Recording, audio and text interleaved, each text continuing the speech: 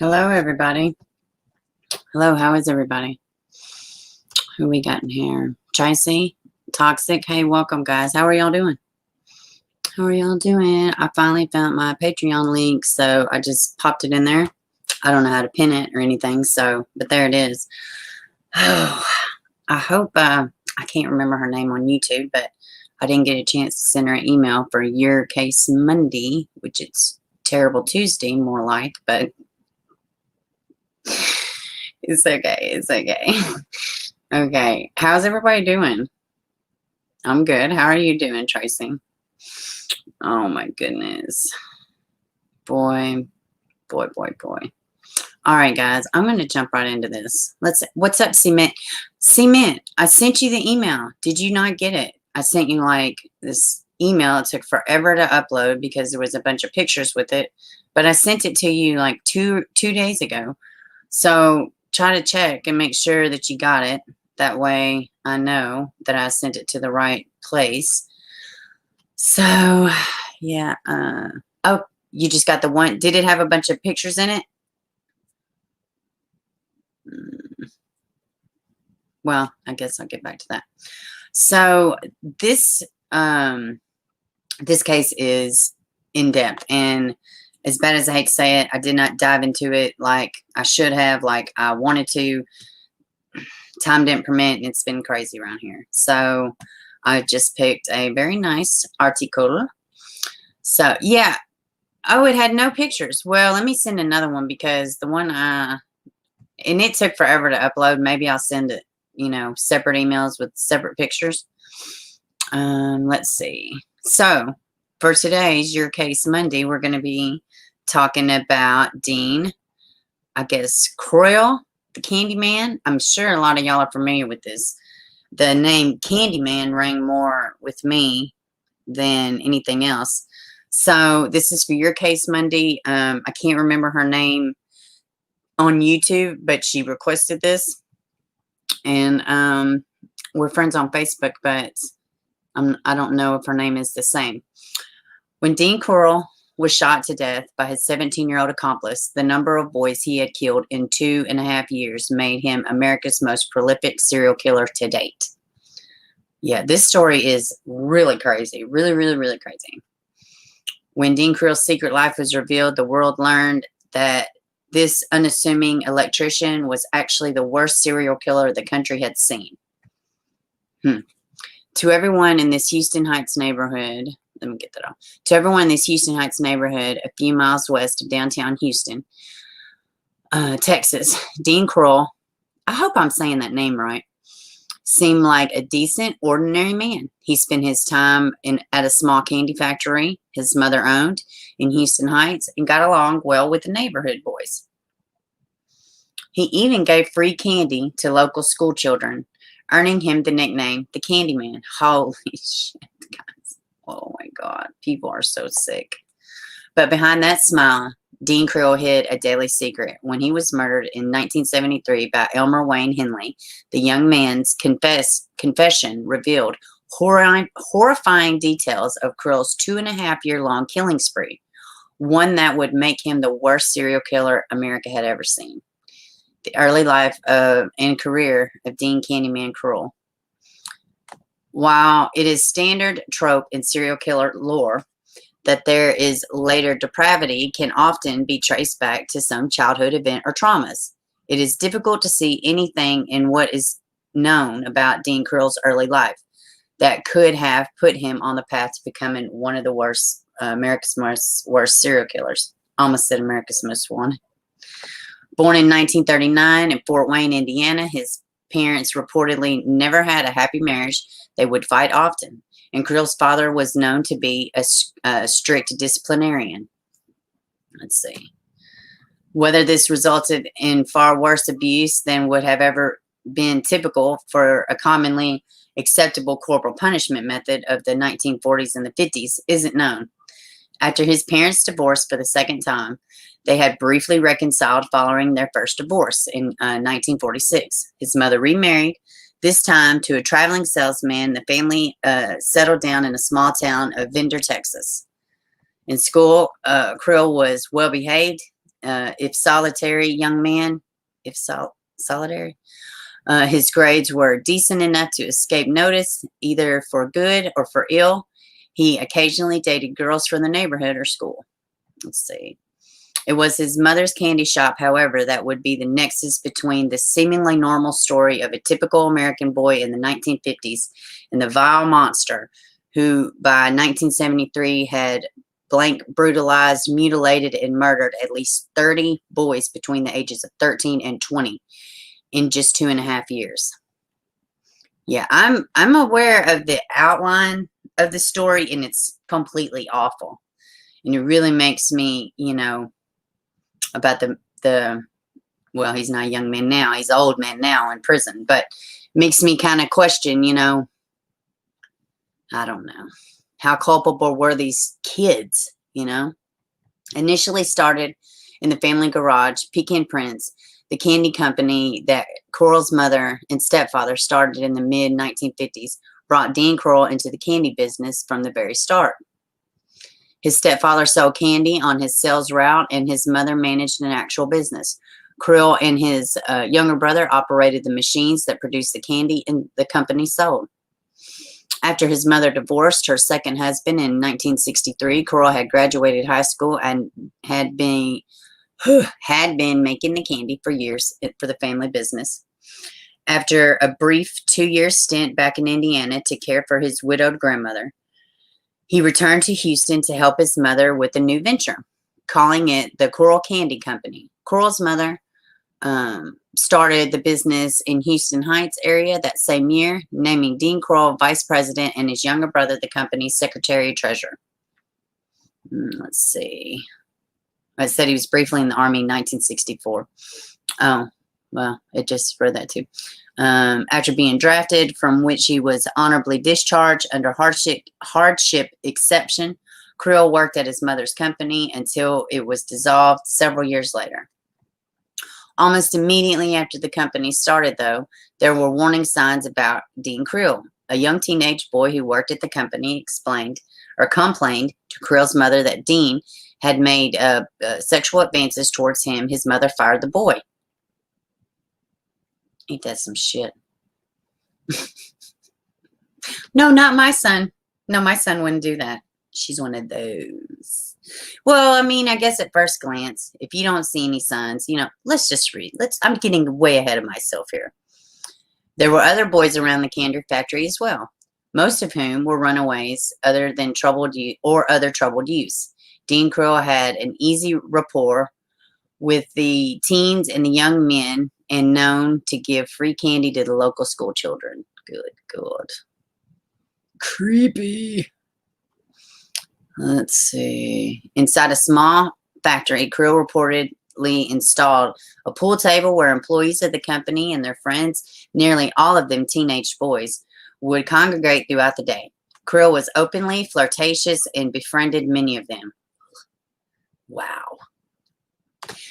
Y'all got to think too about this time frame. This was in Texas. So just that statement alone is pretty brazen for this time era. Among them was David Brooks, then just a 12-year-old boy in the 6th grade. Like many other children in the area, he was first introduced to Corll with offers of free candy and a place to hang out. Corll began grooming Brooks over a period of 2 years and soon began abusing the boy. Abusing him. Then around 14, bribing him with gifts and money for his silence. Man, well, what kind of picture is that? Child, y'all can read that word. Escalates to murder. Abuse escalates to murder. We'll just say that. Jeffrey Cohen, is the earliest known victim of the Candyman killer, murdered in 1970 when the investigators suspect Dean Corll offered Corinne a ride while was hitchhiking home. In 1970, why would I gotta stop doing that. Okay. Hitchhiking home from Houston from University of Texas at Austin. He was likely picked up by Corll with an offer of a ride to his parents' house. Corll lived very near to the intersection where Corll had been dropped off last. Around this time, Brooks discovered Corll while he was blanking two teenage boys in his home. Corll later confessed to Brooks that he had killed them to buy Brooks' silence. Corll bought him a Chevrolet Corvette, and offered him $5 or $10 for each boy he brought to Corll. Oh my God, which Brooks agreed to. Yeah, I think grooming, all this stuff, you know, the murder is what sets this apart from, you know, very similar to Egghead and Jalopy. You know, they had a thing going on, but these were kids. But they had, you know, they had younger people procuring victims for them too. Groomed them, young adults, you know, 16 to 20, you know. One of the boys Brooks brought to Corll was Elmer Wayne Hensley, but rather than blank and kill the boy, he tried to enlist him in his blank and murder scheme. As well as the same bounty per victim brought Corll offered Brooks. Holy crap, man. This is crazy. Henley has said that he initially refused the offer, but his family financial hardship caused him to accept it. Together between December 13, 1970 and July 25, 1973, Brooks and Henley would lure at least 28 boys, ranging from the age 13 to 20. Man. The three used Corll's Plymouth GTX or white van to entice the boys to come with them. With Corll using candy, alcohol, promises to go to a party to get each teenager inside. Anyone who got in never came back. Dean Corll and his accomplices would take the boys to his apartment or house where they bound and gagged each victim through various methods. Then Corll forced them to write postcards or notes home to their families and to say that they were okay, after which the three would tie the victim up with a wooden torture board, whereupon the three would blank him. Wow. Wow. I mean, and it's kind of safe to say that these boys didn't even have a preference in other boys. I don't know. I'm just saying. But, I mean, could they have developed that preference? You know, I guess it's just a question to mull over, you know. Afterward, some were strangled to death. Others were shot. But regardless of the method, every boy brought to Corll was murdered, with Brooks and Henley actively participating in the crimes. Wow. Let's see. One of Corll's victims, Mark Scott, was 17 when he disappeared on the evening of April 20th, 1972. Frantic. His parents reported him missing after calling classmates, friends, and neighbors to see if they knew anything. A couple of days later, the Scott family received a postcard purportedly from Mark saying that he had found a job in Austin that paid $3 per hour and they should not worry. Let's see. The Scotts did not believe that their boy would suddenly leave town without saying goodbye and knew something was terribly wrong. Well, yeah. And it's the same today. People know their kids. People know their kids, you know. It's like sometimes with runaways or, you know, runaways, teenagers, a lot of times your first knee-jerk response is to say, oh, they're a runaway. But if the parents is telling you, you know, anyways, that's just my little side thought. Let's see. Like many of the families of Corll's victims received little, if any, help from Houston Police Department in their findings for missing sons. I camped out on that police department door for 8 months, Edward Waldrop told reporters, after police had found the remains of his two sons, Jerry, 13, Donald, 15, both victims of Corll's. Holy shit. But all they did was say, why are you down here? You knew your boys were running away. This is the shit I'm talking about right here. This is exactly the shit that I'm talking about. Other families of Corll's victims reported similar indifferences to the families' pleas for help finding their sons in Texas. In the early 1970s, it wasn't illegal for a child to run away from home. So the chief of Houston Police Department claimed that there was nothing they could do to help them. Praise God for new laws. Even though, we got a lot of things we're not happy with. Ugh, there's a lot of things to be grateful for, too. Really. The chief was voted out of office in the first election held after Corll's murders became known to the public. Well, I should say so. Psh, piece of shit. Let's see. On August 8th, 1973, after 2.5 years, 28 known murders, Corll finally turned on Henley after luring 2 teens, Tim Curley and Rhonda Williams. Oh, a girl. Rhonda Williams, the only teenage girl known to have been targeted during the Houston mass murders, to Corll's apartment. Williams knew Dean. Oh, it jumped. The ad took over me. Let's see. Williams knew Dean Corll from the neighborhood and trusted Henley, who was her friend. She didn't suspect that she was in any danger. They partied through the night, huffing paint, getting high, drinking heavily. Henley said that when they woke up, he discovered that he was tied up alongside Curley and Williams. Wait, what's that? Let me see. Henley said that when he woke up, he discovered that he was tied up alongside Curley and Williams, and that Corll was screaming at him while waving his .22 caliber pistol. I'm going to kill you, Corll threatened, but first I'm going to have my fun. Henley pleaded with Corll to untie him, saying that the two of them could blank and kill Williams and Curley together. Eventually, Corll did untie Henley and brought Curley to the bedroom and tied him up to the torture board. I hope I can say that. I have no clue. Let's see. In doing so, Corll placed the gun on the nightstand next to the bed. Williams, who survived the attack and only spoke publicly about it in 2013, recalled how Corll's behavior was visibly shaken, something loose in Henley's mind. He stood at my feet and just all of a sudden told Dean, this couldn't keep going on. He couldn't keep letting him, wait a minute, let me read this again. This couldn't go on. He couldn't let him keep killing his friends, and it had to stop, she recalled.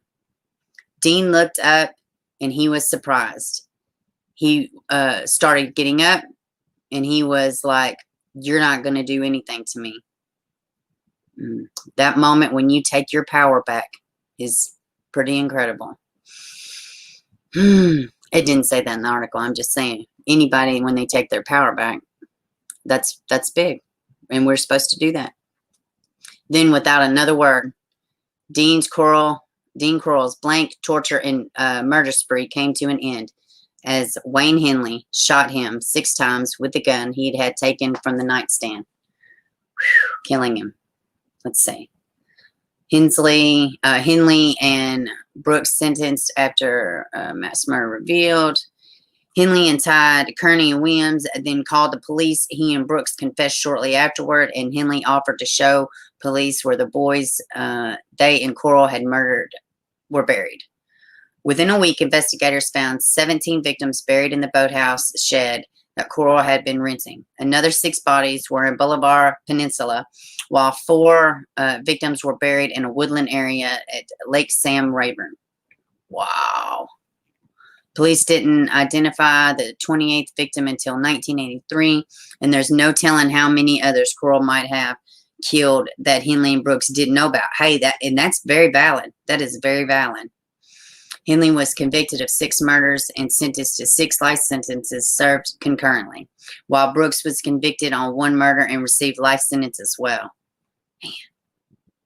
When in 1973? Let's see. Season 2, Next Crime, Mindhunter. Oh, well, I'm going to have to see that. Henley was remanded and particularly controversial figure over the last few decades, including putting artwork he had created up in prison for sale at auction and creating his own Facebook page as a public figure.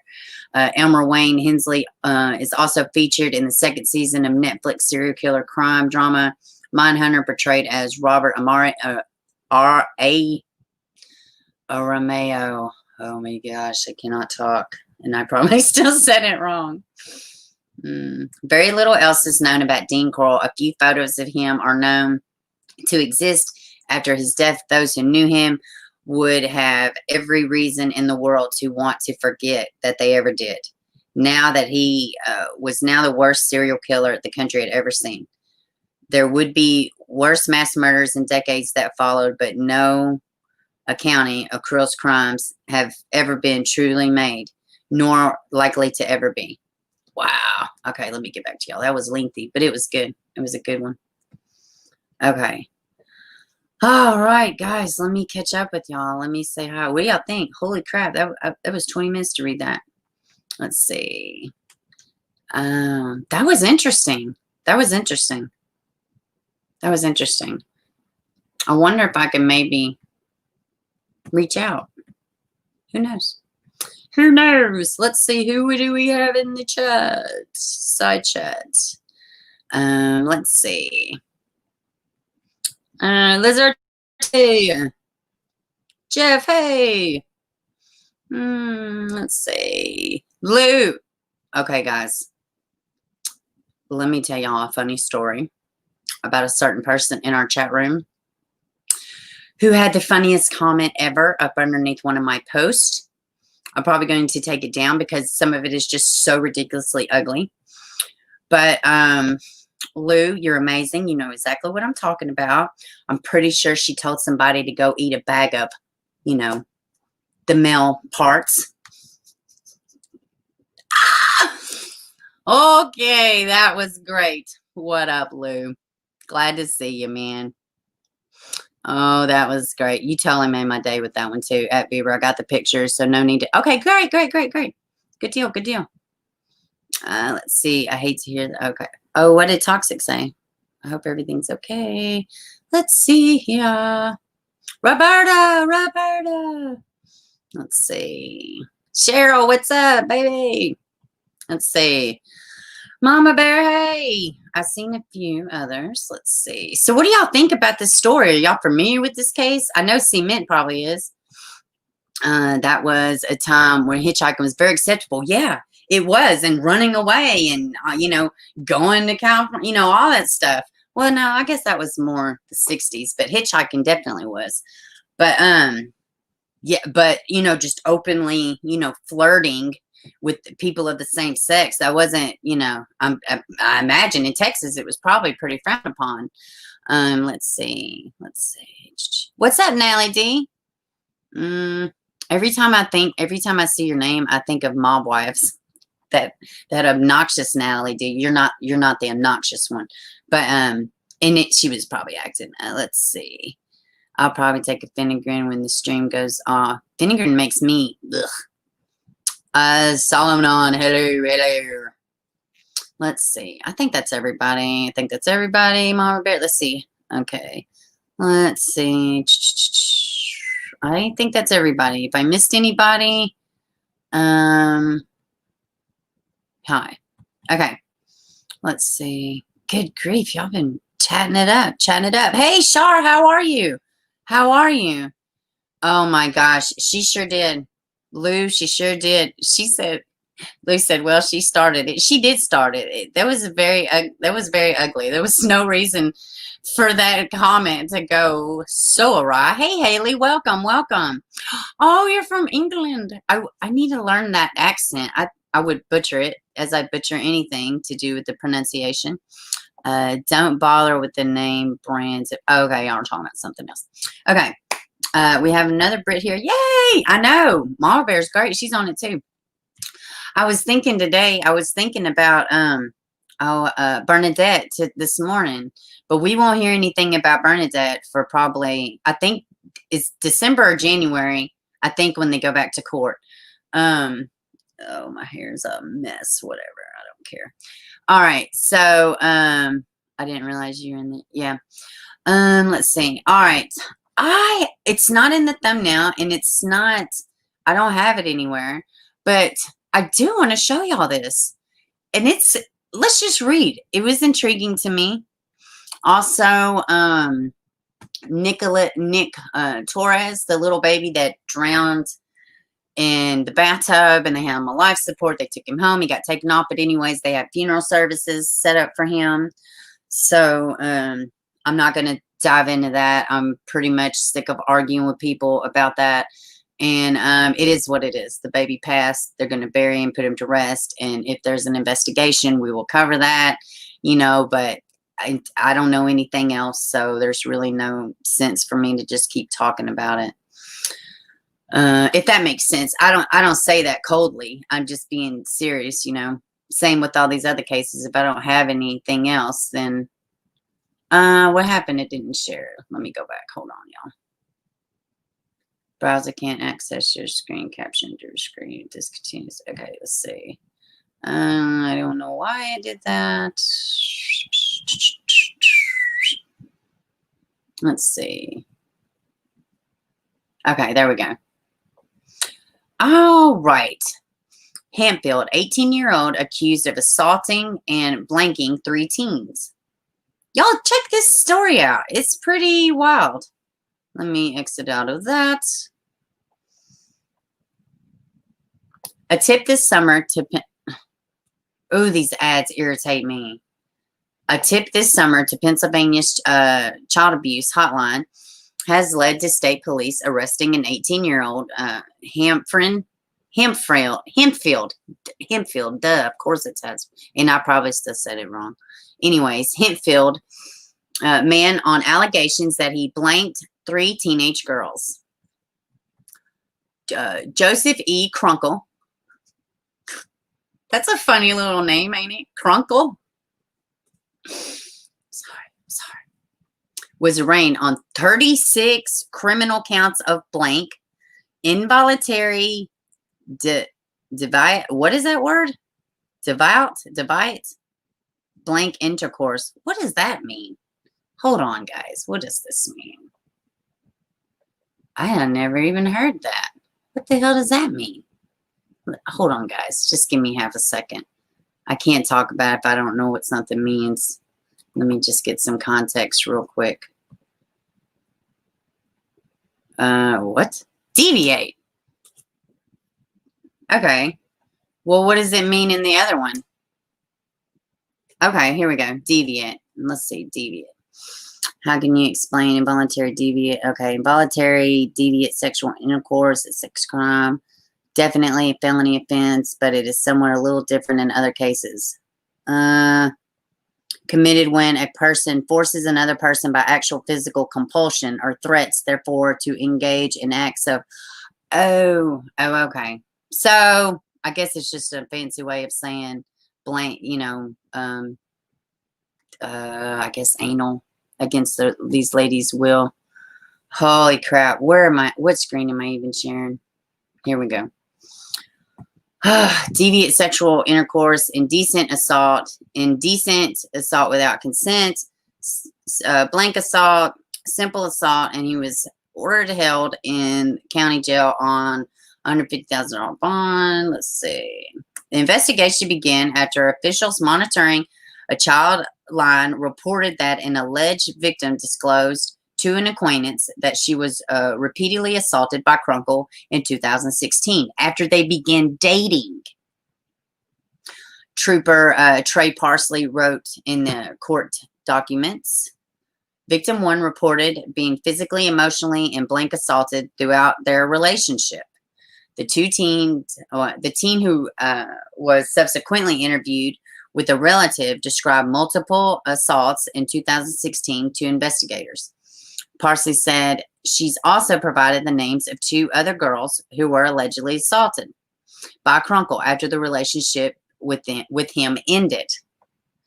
Parsley said he interviewed the second teen who said she would fight in an attempt to get away from him during their encounters. She reported Crunkle assaulted her multiple times from April 2017 throughout March 2019. According to police reports, the 13 reported that she was also assaulted and blanked during their relationship and began in October 2019. Guys, that's crazy. They don't talk about it a whole lot now. I don't see it. But, domestic assault amongst teenagers in relationships is pretty damn astronomical. Parsley said the girl who was interviewed with her mother present told that she was so scared something would happen to her during the abuse that she photographed her injuries with her cell phone. She provided these images to police. Good girl. Good girl. Each photograph had a date, a time, and where the photos were taken, corroborating victim stories. Parsley said he first interviewed Crunkle on Wednesday, and he confessed to assaulting only one of the girls before terminating the interview. Later, Parsley said Crunkle called him back and wanted to speak further. On Friday, Parsley said Crunkle was interviewed again and admitted to assaulting all three girls and was taken into custody. The preliminary hearing is October 30th. We will be looking out for that. That's crazy, ain't it? In a hotline. That's crazy. Crazy, crazy, crazy stuff. Okay, let's see. Hey, it is Stacy. Got a job, pickup line, Chevy back. All right, all right. Yes, South of England. Okay, let's see. Got to catch up. Let's see. A girl we went to school with let her baby drown because she was high and left him to get the phone. Oh God, she didn't face any charges at all.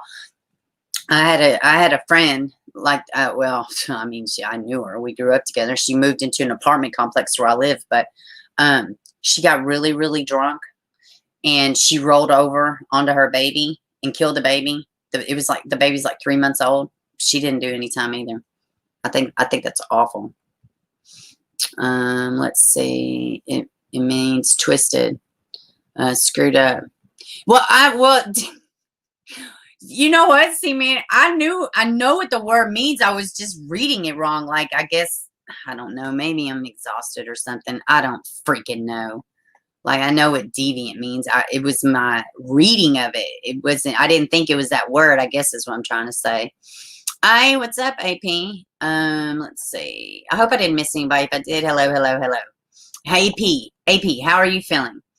Then again, the name kind of sounds like drunken uncle. Hopefully one of those shops will know and you won't be getting ripped off. Y'all must be talking about toxic and stomach issues. Let's see if you can find one when they open. Time to go. Let's do. Okay. All right. So let's hop on over into. Let's see. I don't know. I kind of just want to just shoot the shit. Yeah, he was a sick fecker. You think I said that right? Did I give it enough emphasis? Oh, goodness. Let's see. What was we... Okay. Let's go ahead and talk about another sick fucker. Fecker? I don't know. It's the F word with an E.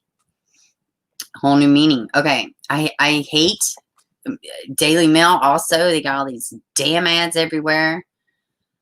I'm just going to read the top portion because y'all already know, and I said a video today, but an Arkansas farmer arrested for the murder of a female jogger. That is not even what, okay. Quake Llewellyn, 28, was arrested over the blank and murder of 25-year-old Sydney Sutherland. Holy crap. Get out of my way. Stupid little icons. Found dumped in Newport, Arkansas. Recently filed court documents reveal Llewellyn told police he plowed down Sutherland with his truck while she was running on August 19th, and then allegedly admitted to loading Sutherland's body onto the back of his truck, driving her to a deserted field.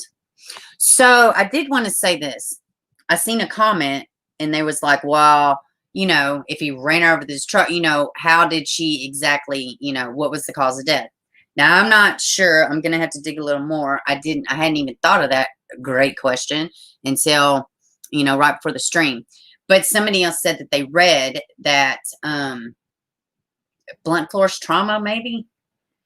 So, but the question is, like, if he ran her over, then put her in, like, when did the assault happen? You know, when did that happen? So, did he do something to a corpse? Was she not, you know, deceased? I mean, I don't know. I'm going to have to physically get the affidavit and just read it myself. And I should knew better. Recently filed court documents reveal Llewellyn told police he plowed her down. Okay, I just read that. He allegedly admitted to loading Sutherland's body, or that two police say Llewellyn then blanked Sutherland and buried her body. So it does say it was after the fact. He put her in the truck, blanked her, and then buried the body. But it doesn't say if she was dead first. God, I'm going to need the CBD y'all are talking about in the chat. Oh, my shit. He later joined Facebook page dedicated to searching for Sutherland after she was reported missing. What kind of a sick fox do you have to be to just go back to the scene of crime and then help to search?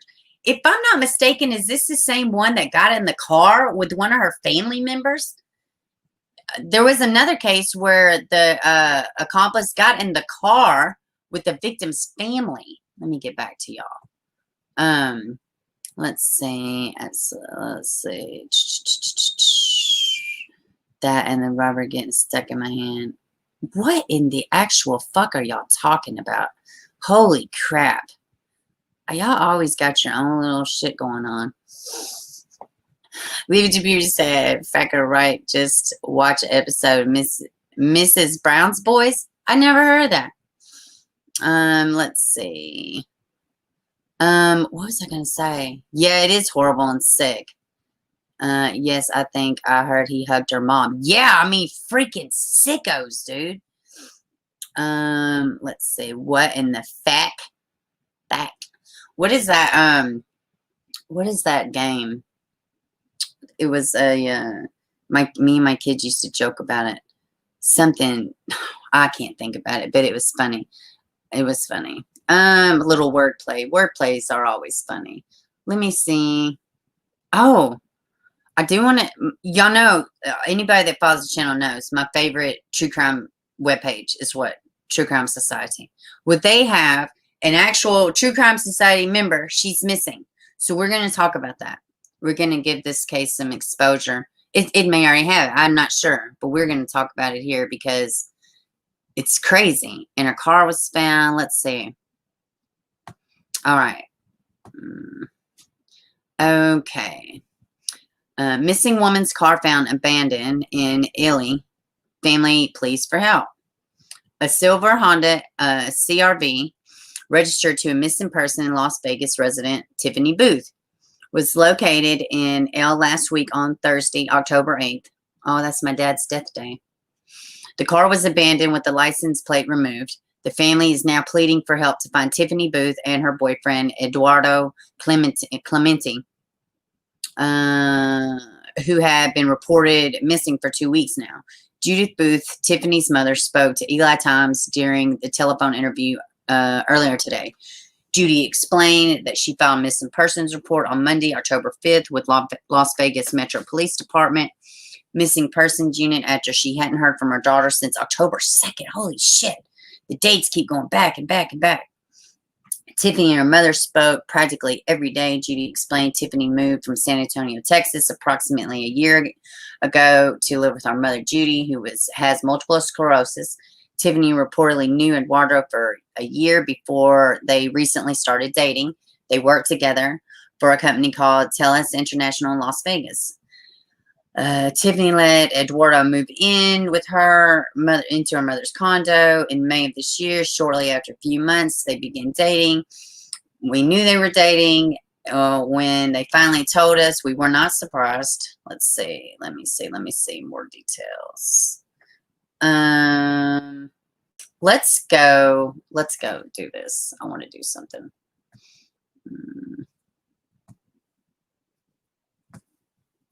Hold on. Let's see. Hey, how about that baby out of Tennessee? She was found. Praise God. That shit had me up late. So glad she was. Hold on. Cancel that. Let me just share my whole screen. Let's do that. That'll be fun. Yeah, everybody, please hit the thumbs up. Please do that. If y'all do not mind, that would be so freaking fantabulous. Okay, let me do this. Let me just, okay, there we go. There we go. All right. Let's do this. Okay. A True Crime Society member, Tiffany Booth, is missing from Las Vegas, Nevada. Let's see. Both Tiffany and her boyfriend were missing. They live in Las Vegas. Left for a trip on Saturday, October 3rd. She never returned to work on Monday, October 5th. All right, let's go look at this timeline. Tuesday and Wednesday, September 29th through 30th, security footage was deleted for Tiffany's condo, and they possibly left Thursday. October 1st, Tiffany texted her mother, Judy, that they were staying in Boulder City, Nevada for the night and took a day off work Friday, October 2nd, and were supposed to be back that day, October 3rd. Tiffany's San Antonio's friends group chat noticed Tiffany was in Idaho, and her last text to anyone was 7:49. Whoa, that's strange. The group chat had her phone in Idaho Sunday morning, October 4th. Then it was turned off. Fucking Idaho. Dude. October 5th, it was noticed that the car had not returned all weekend. Judy filed a missing persons report. That's her mother. Possible sighting of the two at Perry, Utah, Monday, October 5th, between 12 and 1 p.m. October 6th, Tiffany's Facebook goes inactive about 1 p.m. Tiffany's bank card was used in Idaho. Holy shit, this is sounding so bad. Tiffany's bank card was used in Idaho on Tuesday at the McDonald's and Stinker Store, that's a funny name, gas station. October 7th, police spoke to their work. They hadn't called since October 1st. October 8th, Tiffany's car was found in Ely, Nevada, with the license plates removed. October 10th, CSI searched condo, and the search was conducted all areas surrounding the car. Torn clothing was found. Shit. Sunday, October 11th, police searched Tiffany's car. Eli Times has an article on this case. Missing woman's car. Oh my gosh. Oh my goodness, guys. I think that's it. I don't think they have anything else. What is today's date? Today's the 20th. What's the last time? October 11th. I did see something. I'm going to check more into it. But I did see something that said, I don't know, they were working on something with this case. It was from yesterday. That's crazy, though. That's crazy. Stop sharing. Okay. Let's see. Yeah, the boyfriend is with her. Yes. Let's see. Beaver, I sent you those. Okay. What did you send me? Let me go read. I'm not paying. Let's see. Spray glue episode. Making me cry. Oh, okay. I see what you're saying. I know the age of the internet gets so news, but I still think the world is getting worse and more evil factors about. Yeah, I'm telling you right now, it is. I think I talked about everybody. I do have the little, well, I mean, there's nothing come out about it. Did y'all see the one about the granddaughter and the old lady missing, her grandmother missing out of, is it Chicago? Yeah, Chicago. They're still missing. Like, why the hell were they at a park at almost midnight? It says 11:59 p.m. Like, you know, it's so weird and safe. Let's see. Here we are for you. Beaver, yes, I am happy that she was found. Oh my God, no, man. Hey, what's up, Kenneth? Oh, hey, what's up, Shar? Hope his phone get better service. Oh, that's okay. Well, welcome everybody. Let's see. Mulberry agreed to me 6 seconds out there. Anybody want to come at Penny? Y'all want to do something? We're not, you know, I think that's about it. I think I covered everything in my thumbnail. I don't really have much else. We can just talk about whatever. Sorry yesterday about the stream, guys. But this works out good for y'all because then we're going to do another stream. And tomorrow I'm going to go and get all the stuff. Damn, Sheila's not in here. Do y'all remember? I know one of the paintings we decided on was autumn colors or Halloween colors. Do y'all remember the other color scheme? I'm gonna have to go back and look in the chat, which is gonna be such an ordeal. But fly the camera there, wipe. She left. Yeah, I know, right? I thought that was weird too. I hadn't heard of these ones. Yeah, I know. I haven't either. The only reason I heard about them is because that's my favorite true crime web page ever. Beaver has anything. Has anything what, baby? Let's see. Bigger jail. Bigger jails. Shit. I tell you right now. Oh, it's ridiculous. Don't even get me started. Bigger jails. Fuck a jail. Just load up all the idiots and put them on their own island and let them figure the shit out. No, fall colors. All I remember. It was like turquoise. It was like turquoise and something else. I'm not sure. I can't remember. I had to go back and look. I think it was Sheila. I think Sheila's the one that said something about that. I guess I could just message her. But I'm going to go get the stuff tomorrow. We're going to do the drawing on the stream. So, Beaver, is there any news about Braylon Noble? No, but I did hear that they have like a lot of behind the scenes stuff going on. So, I don't know. Silver. I don't know that it was silver, turquoise and silver. It might have been. That's a pretty color scheme. Generally, I use like 3 or 4 different colors. Sometimes I use more than that. And I always use white and black. White and black base for everything. Let's see. Women or men's clothing was found torn up. Women's, I think. I think it said women's. Yeah, I'm going to dive more into that. Let me see. Yeah, I'll do it when I'm not on here with y'all. But yeah, I think I'm going to do a separate one. This whole case is pretty interesting to me. It's definitely caught my attention. Do y'all remember? Oh, I can't remember the names, but it was years back, and I want to think it was in Las Vegas. But there was this couple, and they befriended another couple on vacation. Now, the two couple, they were like bodybuilders or something, but they like kidnapped these neighbors that they hung out. Well, they were like just tourists. They just met on the trip. Do y'all remember this case? God, I can't remember their name, but they both went down. It was some, and they were like real fancy, you know, not fancy, but they were, you know, like they were really full of themselves. They took good care of themselves, and they were, you know, but they did awful things to this couple. I want to think that they might have dismembered them. It was awful. Was the girl on camera at the point somebody would recognize her? No, the damn camera, the footage was erased. Footage was erased. How fucking convenient. That's weird, though. God, her poor family. Can you just imagine, you know, however old the kid is, however old, your daughter, she's gone on a trip, and then, you know, crazy stuff. It looks every bit like foul play. Car abandoned, torn clothes, GPS pings here, the GPS pings here, activity on the credit card. I mean, God, it just sounds awful. No, on their show. What's that? Oh, wait. Oh, I was like, what are y'all talking about? But I had like 12 comments come through. Let's see. Was the girl in Crimson Point? Yes, I remember that case. They had the ring. Yes, on the pigs. Yes, they took pictures of these sick foxes. They took pictures. Yes, Lou. Yes, it was crazy. I was listening to somebody regarding Braylon and the maintenance man that was there that has now left. Some other bits, I haven't heard of that before. Yeah, I did hear that too. I did hear some stuff. I try to be mindful about what I put out on here. I just don't even want to hear it.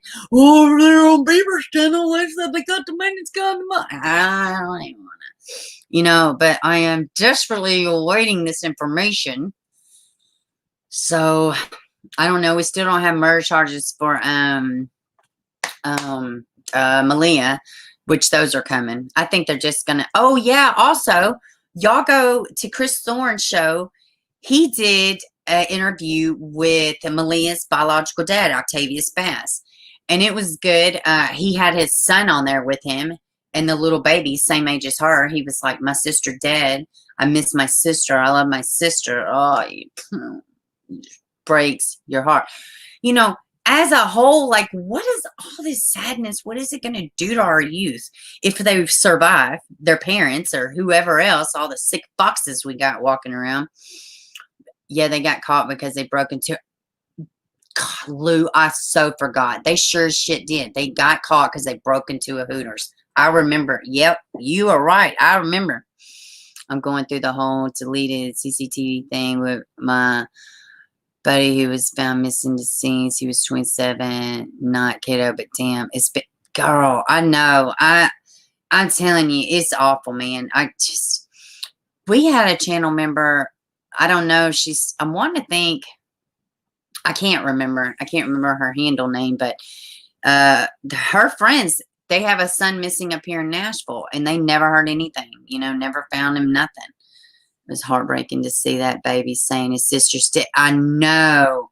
Oh God, I know. Yeah, y'all go check out Chris Thorne's show. I mean, that's his actual second interview that he's done over there. I mean, and I think it's good that he can trust, somebody, a content creator with, I mean, and he was saying that he'll call and ask questions. They don't tell him anything. I mean, he's just young too. He's a young kid too. A lot of these young parents, if they wasn't taught or they didn't have it, it's hard for them to give something they didn't have. And that's in general. Let's see. I didn't get into true crime really until Cupcake Mechanic. Oh my God, yeah.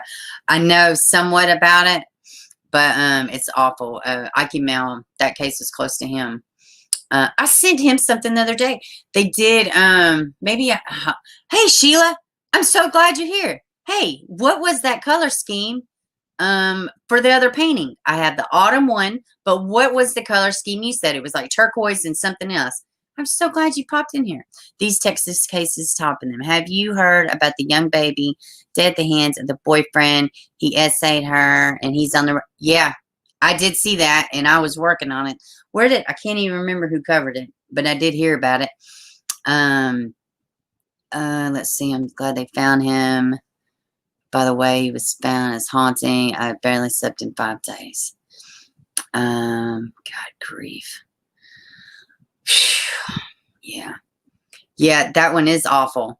And the mother didn't call. He had opportunity to leave. Yeah, Sheila, I'm going to be talking about that one. I mean, she had like ribs that were healing, all kind of stuff. It was awful. Turquoise, white, darker blue, and silver. Lou said silver. She was right. Turquoise, white, darker blue, and silver, something like that, of the skyline. Yeah. This one right here is kind of like, well, that one's more like the ocean kind of. Let me write.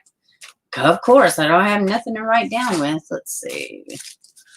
But yeah, I'm going tomorrow to get all the stuff. And I'm going to I'm going to be walking y'all through the process of it. Let's see. Yeah. Well, good. I was just saying earlier, I wish she was in here so I could find out. So we're going to have the autumn one, and we're going to do that color scheme. So I think that's going to be pretty. Shit, I don't have nothing in here. I normally have my little notebook with me. I don't have nothing, guys. Nothing. So tomorrow is What's Up Wednesday. So it'll be a call-in show. So that would be fun. Yes, social services was involved, but I guess gave the child back stuff. Yeah, the mom's like, well, don't call because, CPS will be involved again. Oh my gosh, I was watching the TV show from the TV, so I couldn't type it. Oh no, you're fine. I just didn't know. I mean, I was glad you're listening, but yeah, want me to screenshot? That would be wonderful. That would be wonderful. Thank you so much, Lou. I was just watching the show from the TV. Yeah, well, that's good that you got us in your little ear. Got me in your little ear. Does anybody want to come up for panel? Y'all me drop the link. I don't really have shit else to talk about. I don't have nothing. Tomorrow is What's Up Wednesday. So I'll call in. I guess we'll pull from the little, headlines, see what's going on. I'm trying to think. It seemed like there was something I did want to drop by y'all. We have the drawing coming up. Hopefully, so, and the paintings take a little bit they take like a couple days to completely dry. But I should be able to physically show y'all something by Friday. So I'm excited to see how they'll turn out. She was out whoring, partying in a nightclub. Who is whoring? What did I miss? Let's see. No, I thought the boyfriend said that to the girlfriend before she called the police. Okay. Oh, yeah. She was out partying. I don't know about whoring necessarily, but she was partying. Yeah, she got back.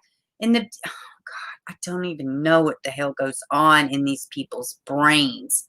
Like, and the moms, like, they're just like, oh, well, I mean, I'm waiting on her fucking charges. Honest to God, I'm waiting on her charges. I'm so sick of this shit. Like, why are these people not charged? Did y'all catch the October Perez story that I did yesterday? And granted, I know that video was like an hour long. I'm going to break down each story and re-upload it. I seem to have better luck with doing it like that anyways. Yes, they were in a hotel. It was awful. I'm probably going to do that video when I get off of here. Yeah, I just saw it yesterday. What was I going to say? Yeah, like the house is shitty from top to bottom. And we could say CPS all day long, but it does start and end with the parent. Period. It starts and ends with the damn parent. Well, no, it ends a lot of times with the baby dying. But don't get it confused. I may talk shit and, scream from the rooftop about injustices with CPS, but it starts with the damn parents. Like that October Perez. Why? I mean, unless there was blind CPS workers or a blind mother or a blind whatever, why are the other people in the home not culpable? Why? This poor woman, the grandmother and the father, the family members of this deceased baby, they got to look at this bitch that did nothing, that was complicit in her child's death. Look, what the hell? What in the actual hell? Same thing with Adrian Jones. There was an uncle in the house. Why the hell wasn't the uncle charged? Oh my God. Like, I don't understand how these people are not charged along with them. Seriously. Oh God, Stacey, why did you put that? I don't want to read that. It's so sad. Yes, that is what happened. Oh God. She had a broken rib, and a healing broken rib. All kind of stuff happened to this baby. Oh my God. Was they really out because of the hurricanes, Laura? Oh no, yeah, they was bullshitting. I doubt they was in there because I don't know. I don't know about that. I just thought that they were, irresponsible, and they just wanted to, be at a hotel. They didn't, have a place to go. Oh my gosh. And what was there, like 3 other kids there too? 2 or 3 other kids there too? Oh my gosh. Organizing skills is so important. So is recycling. Yeah, Sheila. I know. Let's see. Sorry. No, you're fine. No, Stacey, I was just teasing. I just wasn't. When I read it, I was like, it's hard. I mean, these stories are heartbreaking. I thought it was more than that. No, it was a lot more. I mean, a lot happened to this baby, and they found different stages of abuse. Yeah, I was 18 when I had Nathan. I never wanted kids, but he was my responsibility to raise. I loved to do my best that I could. I didn't need nobody to tell me what to do. I mean, yeah, exactly. Exactly. I said that comment for the messy house. Oh, I was like, I know, Sheila. I don't know what to say about the organization skills, What was I texting you? Balance is a myth. It's really not, but, to a lot of people it is. People that have a beyond of a full life or just like shit pop off everywhere. Yes, baby was crying in some of the bits. Very stressful. Yeah, I've been noticing that. I don't even mean it. And sometimes I get nasally. But sometimes I am just sad. And the shit is sad to talk about, It is that I think, what did these babies go through? Like this baby that this happened, this remote learning, and the man, the 18-year-old and the 7-year-old, that was her life for a year. This man, he would hit her and tell her it was a secret, for a year. Which means this child was 6 years old. And they want to give all of this shit, all this shit. Oh, well, he can't focus. He's impulsive. That's ADHD, just so we're all fucking clear. It may be called something else, but, you know, and it's a sort of a disorder. No, he sort of needs to be thrown under the jail and drop that motherfucker on his brain. That's what sort of needs to happen. Like, I don't understand, you know, God, oh, God, yeah. I had to stop a video. It was too much. Yeah, these stories are horrible. I cried when I heard Aunt Tilly dad talk about her being shot. Oh, God. I guess it is a lot sometimes, guys. It is a lot. So if y'all randomly see me talking about some pink-haired lady at the McDonald's showing her ass, you know why? Because sometimes shit's just funny and it's easy. You know, I could do that shit with my eyes closed. I'm still here listening, just doing some dishes and making bird bread in the background. Ooh, that sounds nice. Bird bread. What the hell is bird bread? I've never heard of that. I have ADHD, but I'm not dealing kids. No excuse. Yeah, I know.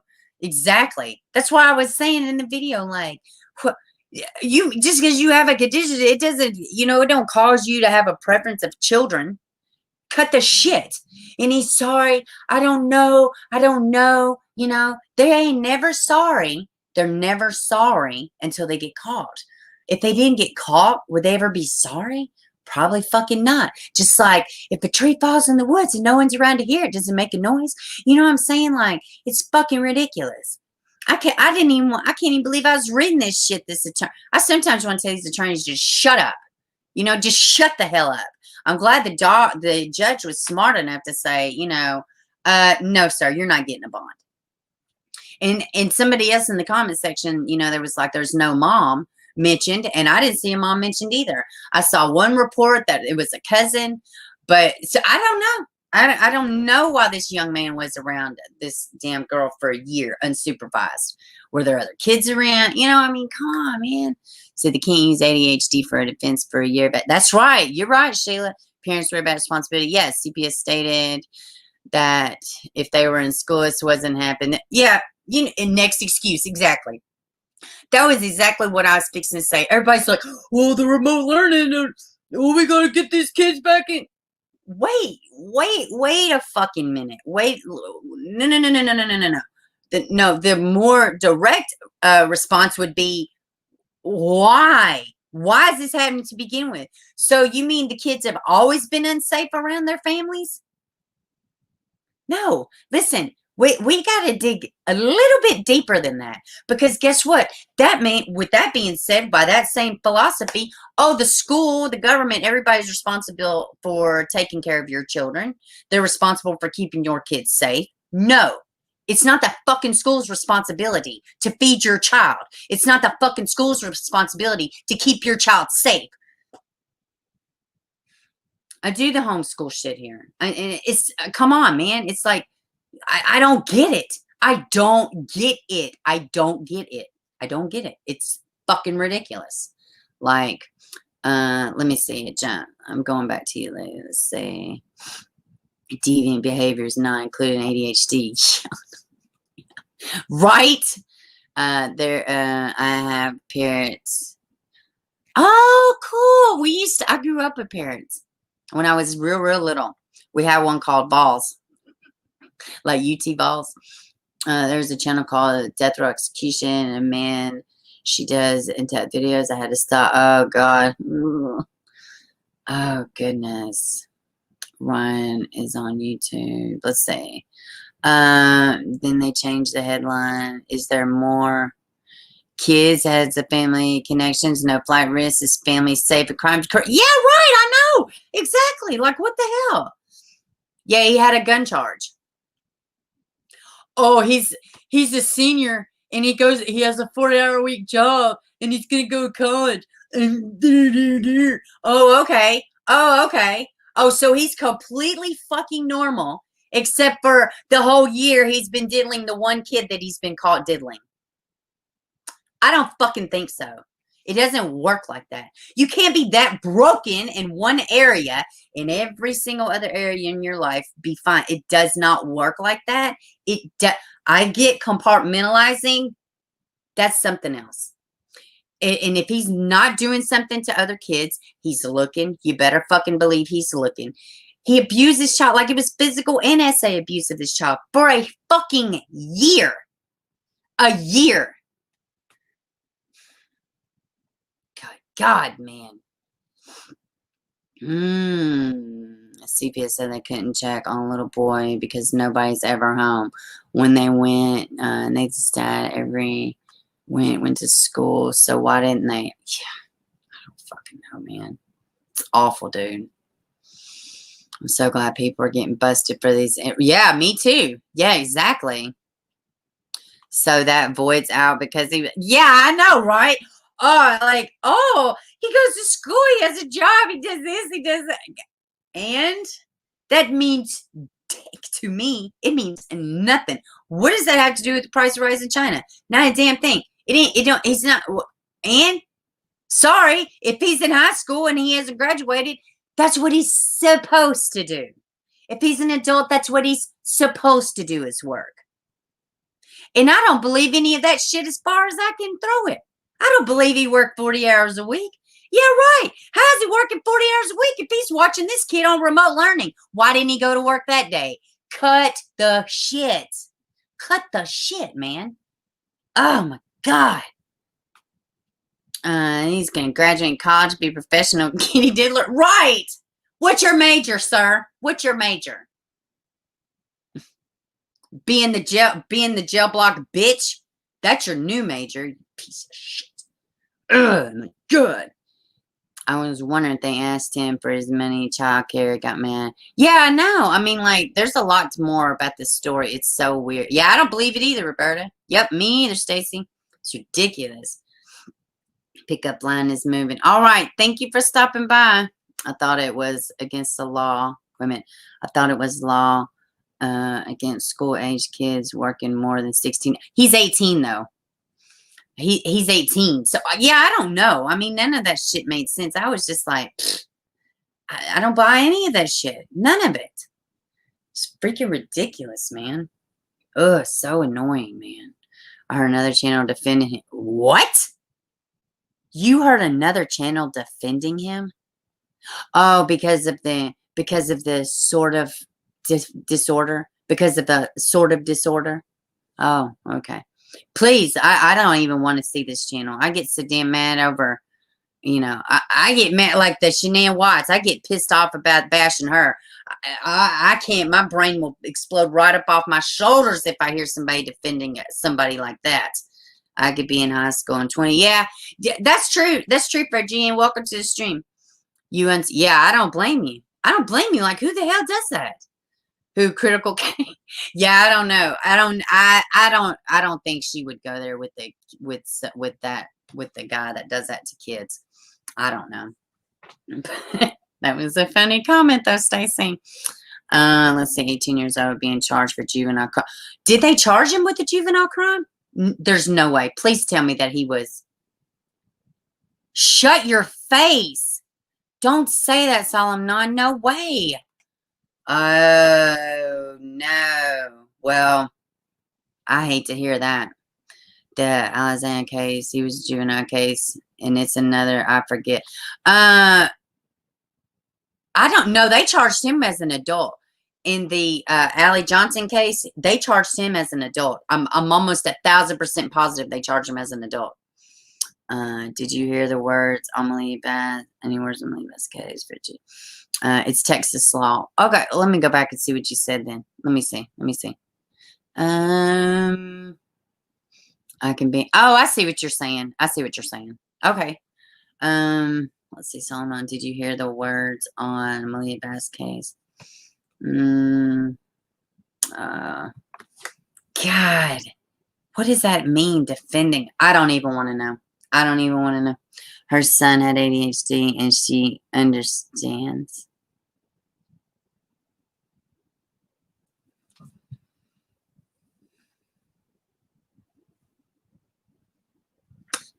So does my kids. Let me tell you something. I'm not even going here. I'm not even. Maybe if we had another freaking outlet, I'm not doing this. I'm not gonna. Yeah. Not gonna, yeah. Nope. That's awful. That's awful. Yeah. Oh yeah, toxic. You gonna fall out when you see it again. He's put it in the chat. Well, not he, but they put it in the chat. They've already said what channel it was. Mine medicated at 6. Yeah. Um. Uh. Yeah. Yeah. That coverage was pretty good. I agree with that. I agree with that. To her mom, who's released as ex-girlfriend, states she told him to find women with a job. With the name Simone's definition, women at a job, car employment. Let's see, that's insulting to people with disorders. It could exactly, Mama Bear. That's why I just shut my mouth because I. Next thing you know, the TED Talk where they are, trying to make, being a, the PEDO, they're trying to make that, nor trying to normalize that. I don't want no part of that shit. I don't want no part of that shit. Nah. Nope. I seen that. Wasn't talking about her son. She was talking about her nephew. Well, and too, I mean, defending is different than, yeah, I don't know. I guess, it might have, everything's context. 147. I hate most people. I know, right? I know. I hate people. Oh, I keep thinking I see my door open over there, but it's not. They needed to get a larger apartment than a studio, so she moved to large apartment. Yeah, food stamps, coming, unemployment, pay rent, lights out. The almost years in jail. That almost G arrested in jail. What does that mean? All right, guys, I think I'm gonna wrap. But he wasn't a kid. He stole a car or something like that. Well, I mean, criminal behavior is different than a sexual preference. You know what I'm saying?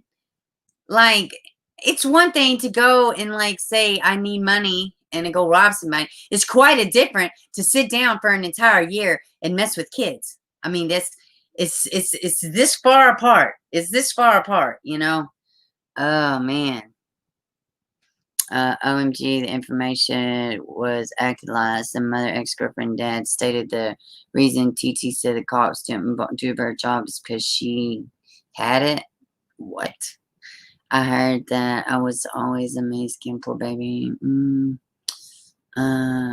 Check almost you, rabbit. Oh, I have to do that. I thought you spelled it wrong. That's really what you meant. I had to check that out. Yeah, I don't know. Yeah, they went on a crime after they moved to a large apartment. Wow. I said ADHD, taught him no excuse. Yeah, right. I know. Like, you teach them ways to deal with stuff. I mean, medicating the shit out of somebody ain't the answer either, always. And I'm just being real honest with that, And I know over the past, I say maybe 7 years, the DSM, all those little ways that they diagnose people, they have scaled back drastically on diagnosing people with ADHD because it was just like an explosion. Every kid that came in there, they just diagnosed them. Sometimes kids are just fucking hyper. And it doesn't mean they have a disorder, like what the fuck? And these chemicals that they're giving these kids over time, what do you think is doing long term to their undeveloped brain, for fuck's sake, But anyways, I gotta go. Yeah, I'm about to go too, Roberta. Love you. Thanks for stopping by. Yes, please hit the thumbs up. Meds weren't for my son. He was a zombie. Yeah, I know. I know. Oh, I have news flash for you. Some parents like their kids like that. Just bye, baby. Bye, everyone. Yeah, bye. I'm gonna call it a week too. So is that why you work 40 hours a week? Yeah, exactly. Like what part of the day did he work these 40 hours a week? Get real. All right, guys. I'll see y'all tomorrow.